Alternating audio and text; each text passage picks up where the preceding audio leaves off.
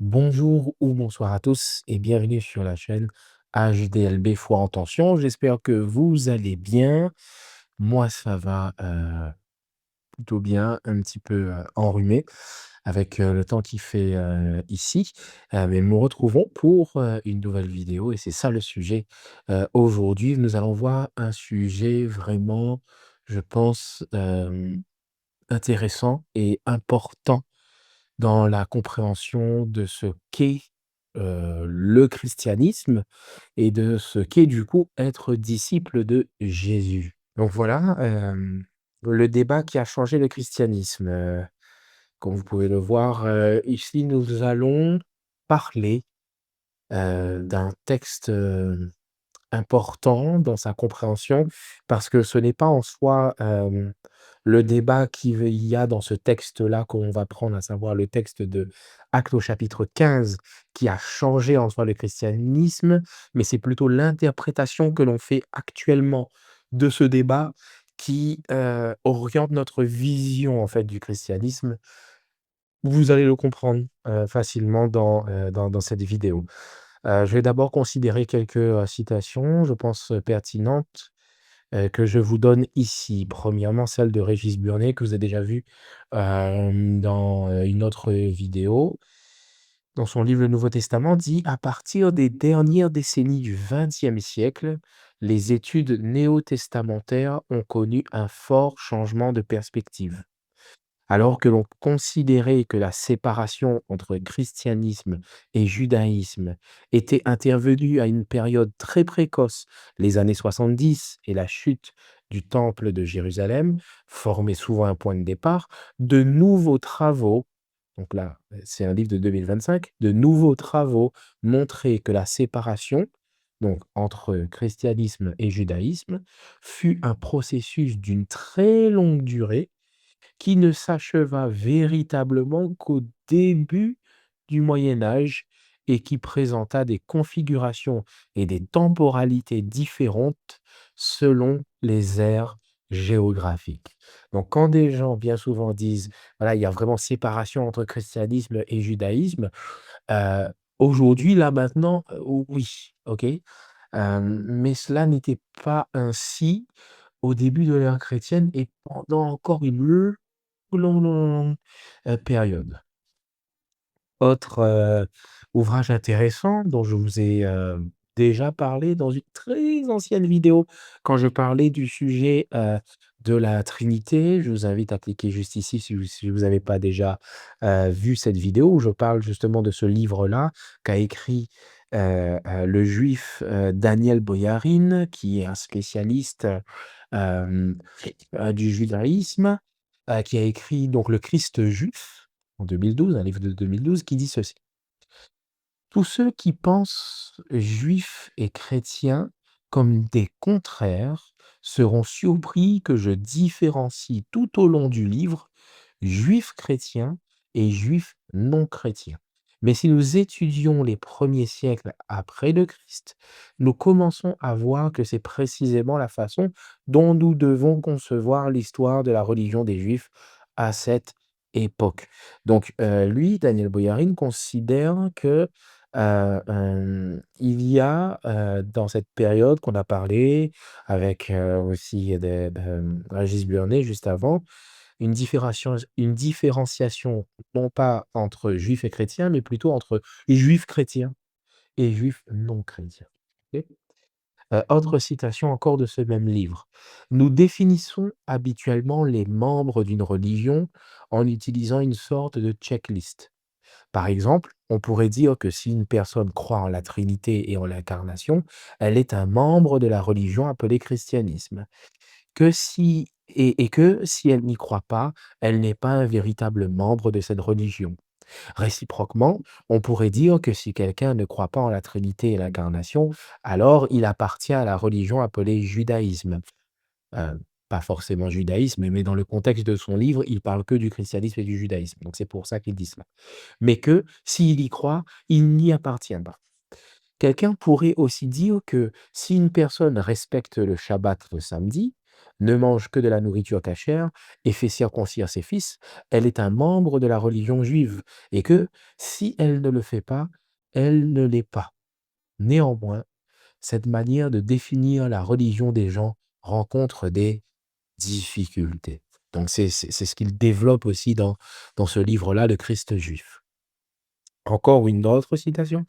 Des siècles après la mort de Jésus, certains croyaient en la divinité de Jésus, Messie incarné, mais insistaient également sur le fait que pour être sauvés, ils devaient ne manger que de la nourriture cachère, respecter le Shabbat comme les autres juifs et faire circoncire leurs fils. C'était un milieu où bien des personnes ne voyaient pas de contradiction. Que devons-nous faire de ces gens-là? Donc lui, il insiste sur le fait, voilà, que devons-nous faire de ces gens-là si on se dit que, bah, il y a une sorte de checklist et bah, si on respecte le shabbat, on ne mange pas, on mange que la nourriture cachère, on fait circoncire nos fils et cetera. Est-ce que, on est forcément que des juifs, on n'est pas du tout chrétiens? Et de l'autre côté, par rapport au christianisme, si on ne croit pas en l'incarnation, si on ne croit pas voilà. Donc u une sorte de checklist et on se dit: ben si on ne respecte pas tel point, tel point, tel point, tel point, ben, on n'est pas chrétien ou on l'est. Ou on n'est pas chrétien, ou on n'est pas juif ou on l'est. Et ici, dans ce livre-là, où il va développer sa thèse, sur ce sujet, il veut montrer que c'est pas aussi simple que ça, en fait, que de mettre, on va dire cette expression, de mettre des gens dans des cases. Des différences très prononcées d'observance existaient aussi entre chrétiens. Certains chrétiens conservaient une bonne part de la loi juive, ou même la totalité. D'autres en avaient conservé certaines pratiques, mais en avaient abandonné d'autres, par exemple la règle apostolique d'Acte 15. Et d'autres encore croyaient que la loi entière devait être abolie et écartée pour les chrétiens, même pour ceux qui étaient des juifs. Donc il veut montrer qu'il y avait vraiment une vraie pluralité, au sein du christianisme, au sein des chrétiens qu'il appelle même les juifs chrétiens, OK? Et c'est ça qu'on va essayer un peu de développer maintenant et de voir à travers, ce qu'on appelle le concile de Jérusalem que l'on retrouve en Actes au chapitre 15. Donc en Actes chapitre 15, on est avec, l'église qu'on pourrait même dire apostolique de Jérusalem, dont la majorité des chrétiens, ce sont des chrétiens d'origine juive, OK? Et voici ce qui va se passer en Acte 15, c'est même les premiers versets. Quelques hommes venus de la Judée enseignaient les frères qui en disant: «Si vous n'êtes circoncis selon le rite de Moïse, vous ne pouvez être sauvés». Paul et Barnabas eurent avec eux un débat et une vive discussion, et les frères décidèrent que Paul et Barnabas et quelques-uns des leurs monteraient à Jérusalem vers les apôtres et les anciens pour traiter de cette question. Donc vous voyez, ici, il y a comme Heu, une question qui surgit ici, avec, des personnes qui vont dire: «Si vous n'êtes pas circoncis selon le rite de Moïse, vous ne pouvez être sauvés». Et ici, Paul et Barnabas vont avoir un débat, une vive discussion et on va même leur, donner cette mission d'aller à Jérusalem vers les apôtres, les anciens, pour discuter, pour traiter, pour trancher sur cette question. Donc vous voyez, l'affaire n'est pas encore claire à ce moment-là. Bon, on avance un peu. Alors quelques-uns du parti des pharisiens qui avaient cru, c'est ça qui est intéressant.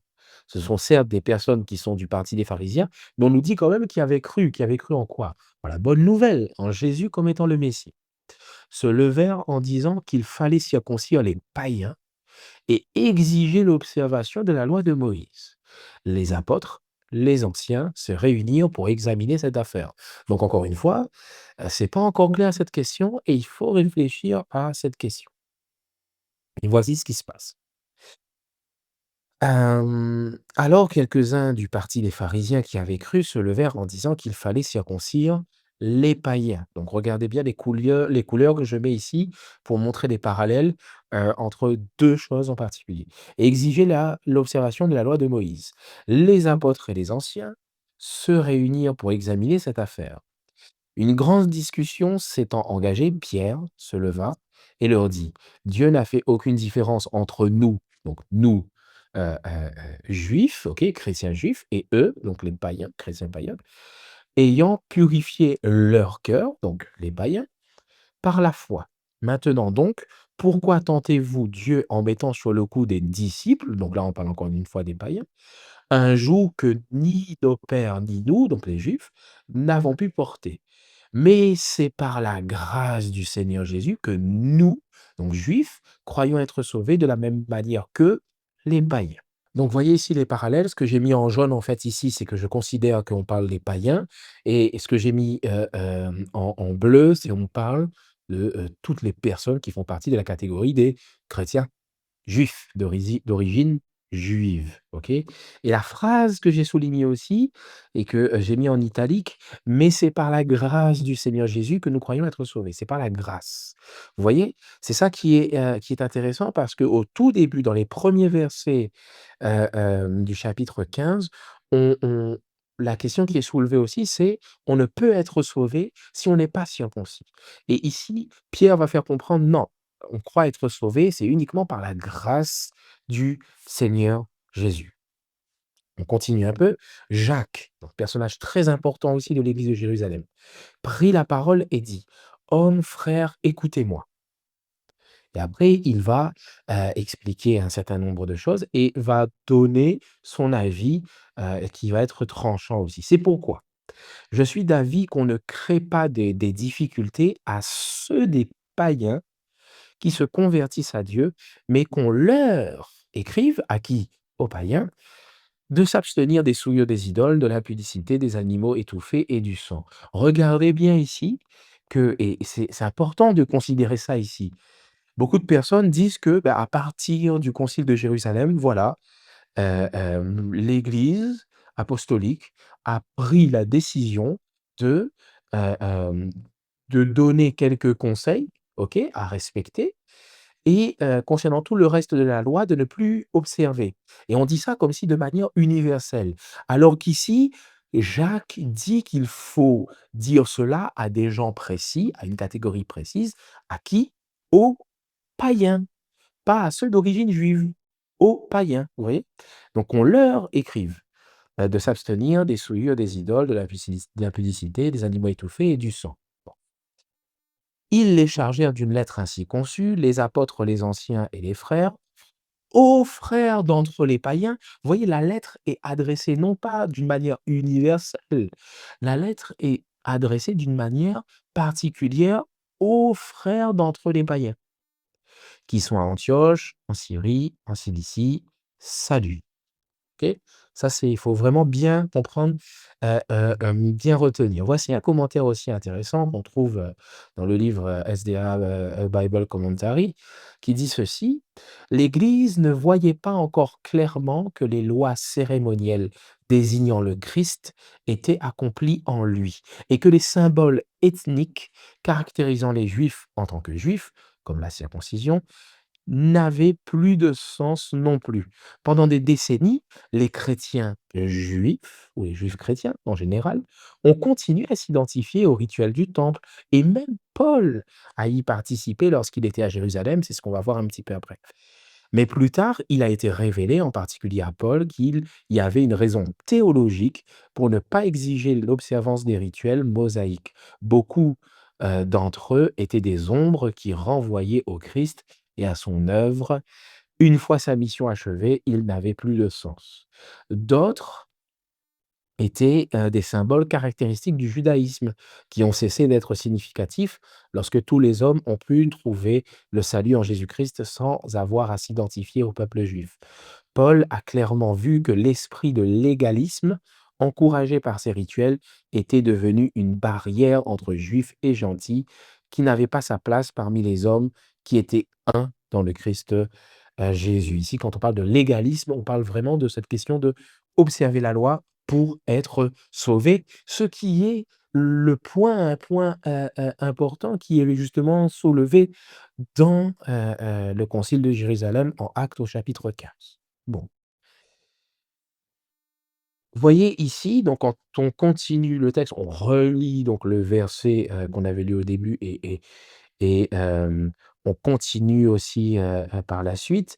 Jacques prit la parole et dit: «Hommes, frères, écoutez», il fait son discours: «Je suis d'avis qu'on ne crée pas des difficultés à qui?» Encore une fois, à ceux des païens, pas à ceux des juifs, pas à tout le monde, mais à ceux des païens qui se convertissent à Dieu, mais qu'on leur écrive, pas qu'on écrive à tout le monde, qu'on leur écrive de s'abstenir des souillures des idoles, de l'impudicité, des animaux étouffés et du sang. Car, et c'est là que c'est intéressant, car depuis bien des générations, Moïse a dans chaque ville des gens qui le prêchent, puisqu'on le lit tous les jours de sabbat dans les synagogues. Voyez ici que Jacques est en train de dire que les païens, que ne créons pas des difficultés aux païens qui se convertissent à Dieu, mais donnons-leur des instructions qu'il faille qu'ils, mettent en pratique maintenant, dès lors, et au fur et à mesure, ils apprendront les autres choses qu'il faut mettre en pratique, non pas pour être sauvés, bien évidemment, mais quand on a la foi en Jésus, voici les autres choses qu'il faut mettre en pratique. Ils vont l'apprendre. Pourquoi? Parce que Moïse est prêché tous les jours de sabbat dans les synagogues et ces païens-là vont aller le sabbat dans la synagogue pour justement entendre ce message-là et vont apprendre au fur et à mesure. C'est comme si que on ne va pas donner toute la loi d'un bloc, mais il faut pas faire ceci, il faut pas faire cela, et cetera, et cetera, et cetera. Déjà quand on dit ça comme ça fait vraiment quelque chose de lourd, de pesant. Hem, à ces païens qui commencent, qui étaient dans une vie et qui font un chemin, à 360, à 180°, à tournant. Et il faut qu'ils puissent aller petit à petit dans ce chemin aussi avec le Seigneur et justement, c'est pour ça qu'ils vont être instruits chaque sabbat dans les synagogues à travers le fait que la loi est, est dite et prêchée dans les synagogues tous les jours de sabbat. On passe à Actes chapitre 21. On va voir encore une fois cette question-là ou ce concept-là qui ressurgit. Actes chapitre 21, versets 17 à 26. Lorsque nous arrivâmes à Jérusalem, les frères nous reçurent avec joie. Le lendemain, Paul se rendit avec nous chez Jacques et tous les anciens s'y réunirent. Ils vont à Jérusalem. Après les avoir salués, il raconta en détail ce que Dieu avait fait au milieu des païens par son ministère. Quand ils l'eurent entendu, ils glorifièrent Dieu. Puis ils lui dirent: Tu vois, frère, combien de milliers de Juifs ont cru et tous sont zélés pour la loi. Ok. Donc ici, c'est qui parle? C'est Jacques, ce même Jacques qui était au concile de Jérusalem en Actes au chapitre 15, et les anciens. Donc, il dit: Vois combien de milliers de Juifs ont cru, donc ont cru en qui? En Jésus, et tous sont zélés pour la loi. Or, ils ont appris que tu, toi, Paul, enseignes à tous les Juifs qui sont parmi les païens, ok, à renoncer à Moïse, leur disant de ne pas circoncire les enfants et de ne pas se conformer aux coutumes. Que faire donc? Sans aucun doute, la multitude se rassemblera, car on saura que tu es venu. C'est pourquoi fais ce que nous allons te dire. Il y a parmi nous 4 hommes qui ont fait un vœu, prends-les avec toi, purifie-toi avec eux, et pourvois à leur défense afin qu'ils se rasent la tête, et ainsi tous sauront que ce qu'ils ont entendu dire sur ton compte est faux, mais que toi aussi tu te conduis en observateur de la loi. À l'égard des païens qui ont cru, nous avons décidé et nous leur avons écrit qu'ils eussent à s'abstenir des viandes sacrifiées aux idoles, du sang, des animaux étouffés et de l'impudicité. Alors, Paul prit ces hommes, se purifia, entra le lendemain dans le temple avec eux pour annoncer à quel jour la purification serait accomplie et l'offrande présentée pour chacun d'eux. Vous voyez ici, euh, Jacques arrive avec les anciens et il y a une rumeur qui est donnée. Il y a une rumeur concernant Paul. Et cette rumeur, c'est que Paul invite les Juifs et enseigne aux Juifs à renoncer à Moïse, en disant de ne pas faire circoncire les enfants et de ne pas se conformer aux coutumes. Vous voyez, ici, on ne parle pas de Paul enseigne ça aux païens, mais on parle de Paul qui enseignerait ça aux Juifs. Et Jacques et les anciens sont en train de dire: «Ça, c'est faux, on sait que tu n'enseignes pas ça» et pour contrecarrer cette fausse polémique, cette fausse parole te concernant, ben, voici ce que tu vas faire. Il y a 4 hommes qui ont fait un vœu et quand on fait un vœu, il faut aller au temple, il faut faire la purification, il faut offrir une offrande, mais tu vas aller avec eux et tu vas participer et tu vas te montrer justement en observateur de la loi. Est-ce que Paul dit: «Non, non, non, moi je ne suis pas comme ça, la loi c'est fini, donc non, j'observe pas ça». Non, Paul ne dit pas ça. Paul va faire ça, il va se purifier, il va aller entrer le lendemain, et cetera. Il va aller au temple. Donc vous voyez l'attitude de Paul ici est une attitude d'observateur de la loi et d'observateur de la loi même qui considère encore le temple, qui va aussi pour présenter l'offrande et cetera.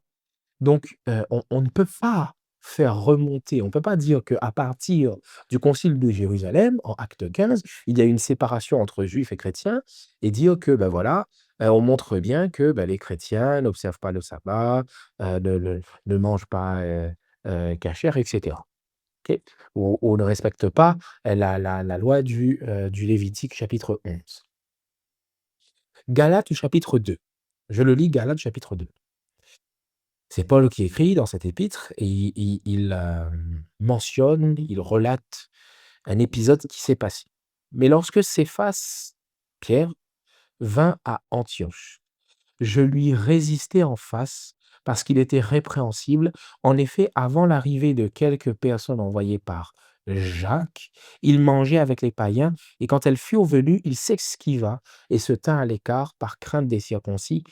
Avec lui, les autres Juifs usèrent de dissimulation en sorte que Barnabas même fut entraîné par leur hypocrisie. Donc ici, Paul mentionne un épisode où Pierre et d'autres Juifs, même Barnabas, mangeaient avant avec les païens, et ici sans souci, OK?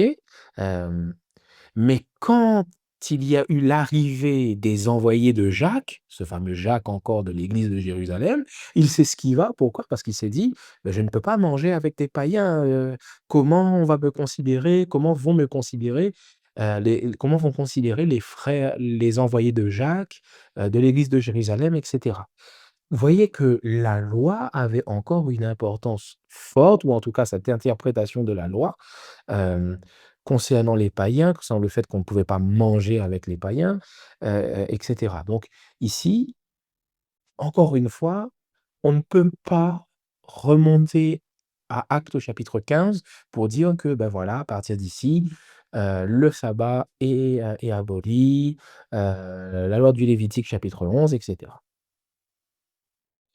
Donc on peut dire que dans l'église de Jérusalem, on a des judéo-chrétiens en majorité qui sont attachés non seulement à la loi, dont la circoncision, OK, mais aussi aux coutumes annexes.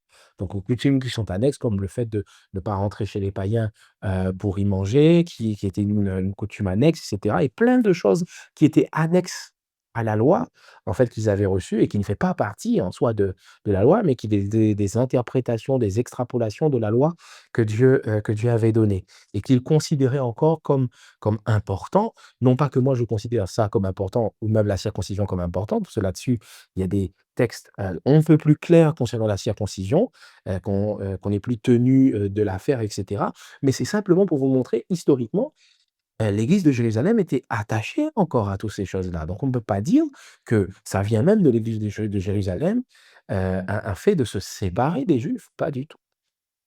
Donc, impossibilité de voir en eux les instigateurs du reniement de la Torah. C'est pas possible. On peut pas, aller sur ce chemin-là, dans cette route-là. Enfin, ce qu'il faut comprendre, c'est que tout le débat, sur la loi dans le christianisme dépend largement de la manière dont on interprète le concile de Jérusalem en Actes chapitre 15.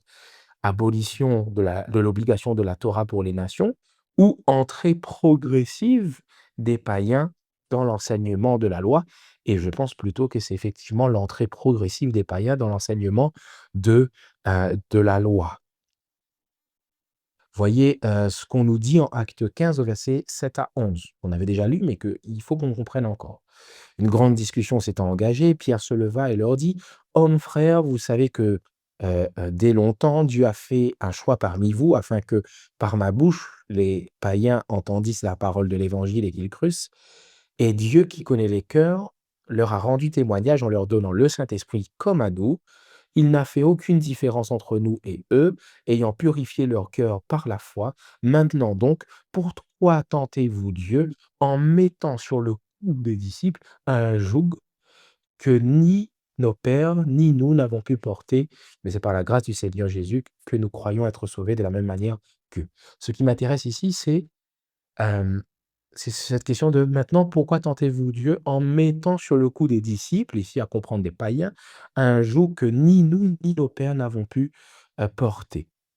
Il y a des gens qui disent que ce joug-là qui était porté, qu'ils n'ont pas pu porter, c'était la loi en tant que telle et que la loi en tant que telle, donc en soi, même les 10 commandements, c'était un joug sur eux, un fardeau pesant et cetera, qu'ils ne pouvaient pas porter. Hem Alors écoutez, pourquoi pas?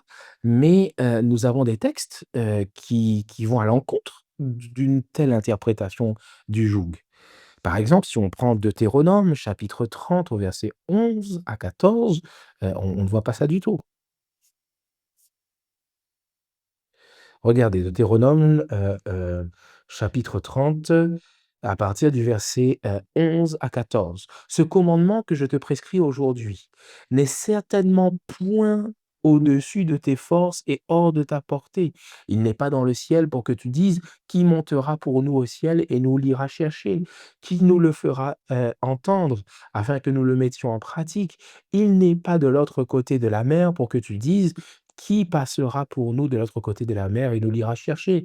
Qui nous le fera entendre, afin que nous le mettions en pratique? C'est une chose au contraire qui est tout près de toi, dans ta bouche et dans ton cœur, afin que tu la mettes en pratique». Regardez, le texte, il est clair, on va dire: «Bon, c'est l'Ancien Testament». OK, pourquoi pas. Mais si nous allons maintenant en 1 Jean chapitre 5 et le verset 1 à 4, voici ce qu'il nous est dit: «Quiconque croit que Jésus est le Christ est né de Dieu, et quiconque aime celui qui l'a engendré, aime aussi celui qui est né de lui. Nous connaissons que nous aimons les enfants de Dieu lorsque nous aimons Dieu et que nous pratiquons quoi? Ses commandements. Car l'amour de Dieu consiste à garder ses commandements, et regardez, et ses commandements ne sont pas pénibles, parce que tout ce qui est né de Dieu triomphe du monde, et la victoire qui triomphe du monde, c'est notre foi. Qui est celui qui a triomphé du monde, sinon celui qui croit que Jésus est le Fils de Dieu? Donc vous voyez ici, nous ne pouvons pas accorder le fait que la loi en tant que telle serait le joug qui est posé et qui a été donné, aux Juifs avant, et ici qu'on essaye de faire porter aux païens. Non, pas du tout, pas du tout. La loi en tant que telle n'est pas ce joug. Alors,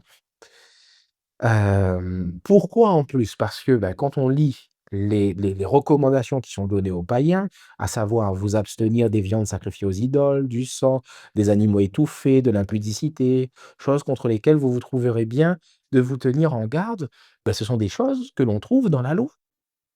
Ce sont des choses que l'on trouve dans la loi.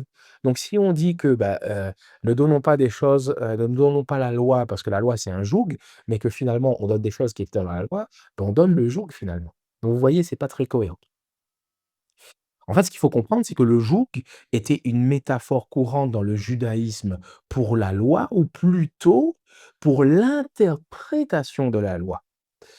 Acte 15 au verset 10 l'utilise en référence à la loi de la circoncision, et Galates chapitre 5 au verset 1 oppose la liberté offerte par Jésus au joug de l'esclavage, qui est une référence à la loi comme moyen de salut.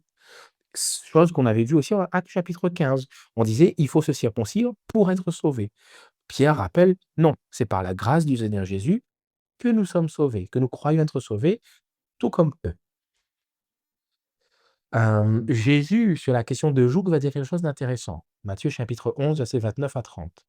«Prenez mon joug sur vous et recevez mes instructions, car je suis doux et humble de cœur et vous trouverez du repos pour vos âmes. Car mon joug est doux et mon fardeau léger. Donc Jésus dit: «Prenez mon joug» et ici il y a un parallèle et le joug c'est quoi? C'est mes instructions, OK? Et son joug est doux et son fardeau est léger. Hem, Voici ce que Jésus va dire justement quand il va donner des instructions, Matthieu chapitre 5, versets 17 à 37. «Ne croyez pas que je sois venu pour abolir la loi et les prophètes» ou les prophètes. Important. Je suis venu non pour abolir, mais pour accomplir. Car je vous le dis en vérité, tant que le ciel et la terre ne passeront point, il ne disparaîtra pas de la loi un seul iota ou un seul trait de lettre, jusqu'à ce que tout se soit arrivé. Celui donc qui supprimera l'un des plus petits commandements et qui enseignera aux hommes à faire de même sera appelé le plus grand dans le royaume des cieux, mais celui qui les observera et qui enseignera à les observer celui-là sera appelé grand dans le royaume des cieux. Un peu plus loin, il dit: «Vous avez appris qu'il a été dit: "Tu ne commettras point d'adultère"». Mais moi, je vous dis que quiconque regarde une femme pour la convoiter a déjà commis un adultère avec elle dans son cœur». Vous voyez, ici, il y a vraiment cette question de: «Il vous a été dit», OK? Moi, je vous dis, comme si que Jésus donne l'interprétation, donne son joug, justement, ses instructions concernant la loi de Dieu. Plus loin, il a été dit que celui qui répudie sa femme lui donne une lettre de divorce. Mais moi, je vous dis que celui qui répudie sa femme, sauf pour cause d'infidélité, l'expose à devenir adultère, et que celui qui épouse une femme répudiée commet un adultère. Encore une fois, vous avez encore appris qu'il a été dit aux anciens: «Tu ne parjureras point, mais tu t'acquitteras envers le Seigneur de ce que tu as déclaré par serment». Mais moi je vous dis, donc Jésus encore une fois donne ses instructions, de ne jurer aucunement, ni par le ciel car parce que c'est le trône de Dieu, ni par la terre parce que c'est son marchepied, ni par Jérusalem parce que c'est la ville du grand roi, et cetera, et cetera. Donc vous voyez ici que la question du joug, c'est la question de l'interprétation de la loi, de ce que l'on va, interpréter, de ce qu'on va comprendre par rapport à la loi, et Jésus donne justement le vrai sens par rapport à cela.